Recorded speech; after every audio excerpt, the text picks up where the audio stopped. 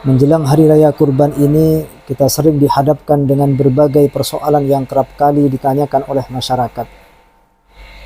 Di antaranya adalah bagaimana hukum kurban satu kambing atau satu sapi dengan cara patungan atau iuran untuk satu keluarga atau satu kelas atau mungkin semua siswa, baik itu di sekolah maupun di pondok pesantren.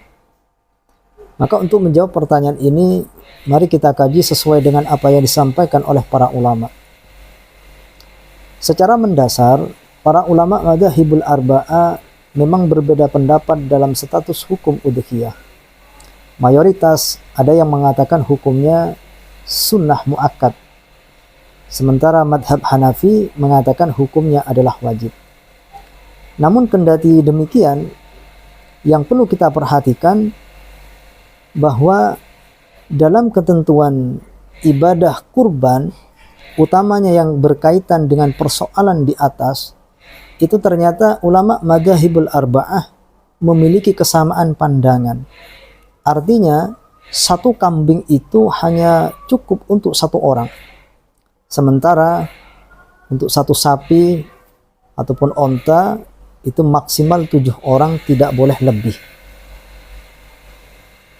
Penjelasan ini bisa kita dapatkan dari beberapa keterangan, utamanya dalam kitab Al-Mawsu'ah yang mengakomodir dari beberapa madhab. Di sana ada redaksi fal udhiyatu al-wahidatu kasyati inama tujzi'u an syahshin wahidin. Kemudian dalam kitab madhab Hanafi juga memiliki pandangan yang sama, fala yajuzu asyatu wal ma'zu illa an wahidin. Jadi satu kambing itu tidak cukup, tidak sah kecuali hanya untuk satu orang. Kemudian dalam i'anatut talibin dikatakan walawis taroka aksaru min sab'atin fi badanatin lam tudzi an wahidin minhum. Jadi kalau ada orang patungan atau iuran lebih dari 7 orang terhadap sapi ataupun onta, maka lam tudzi itu tidak mencukupi dari masing-masing orang tersebut.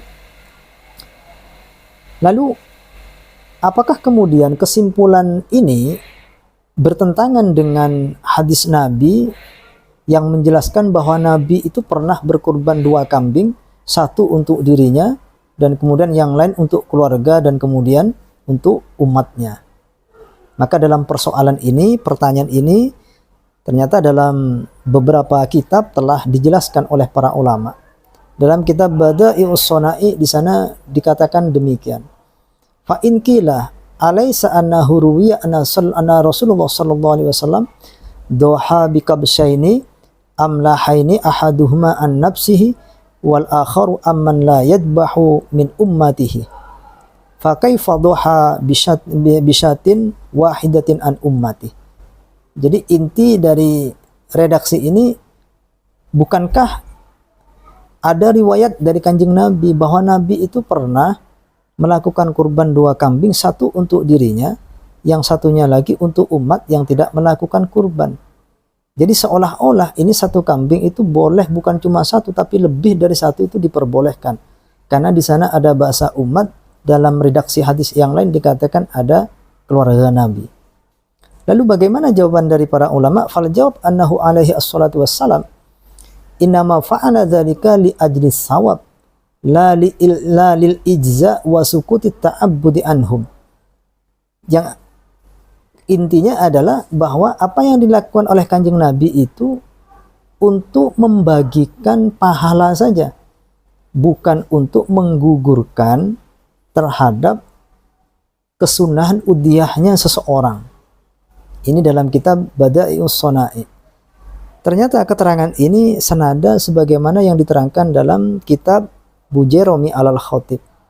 Fa in dabahaha anhu wa an ahlihi aw anhu wa asyraka ghairahu fi thawabiha jaza.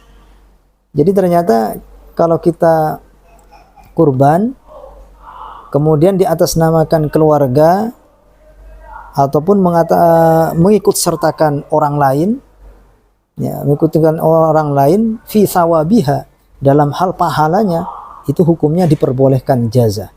Jadi bukan mengiskot ataupun menggugurkan kesunahan udhiyahnya, tapi pahalanya saja.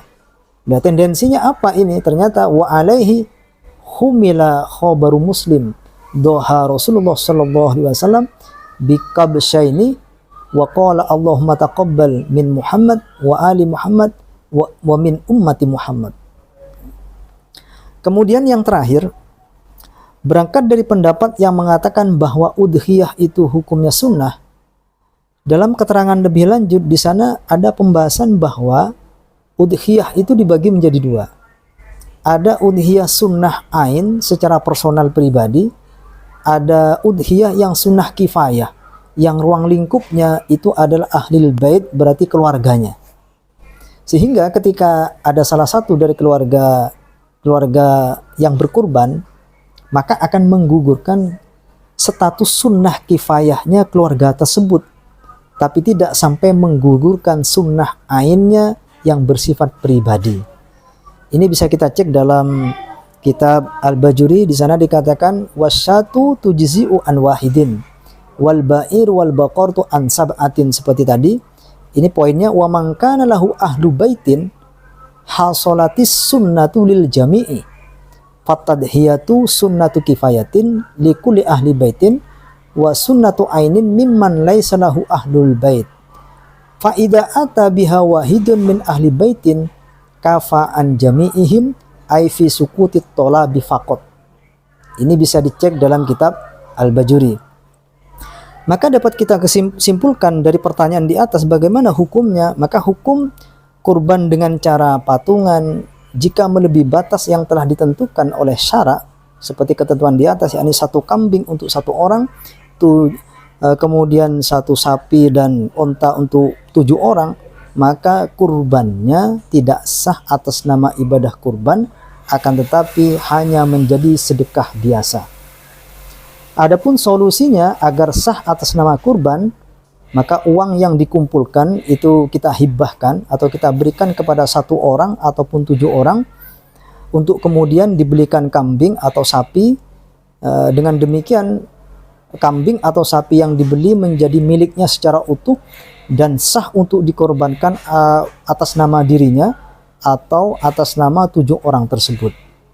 Di samping itu, dia juga bisa membagi-bagikan pahala kurbannya untuk orang lain dan sekaligus menggugurkan sunnah kifayah yang dibebankan kepada keluarganya.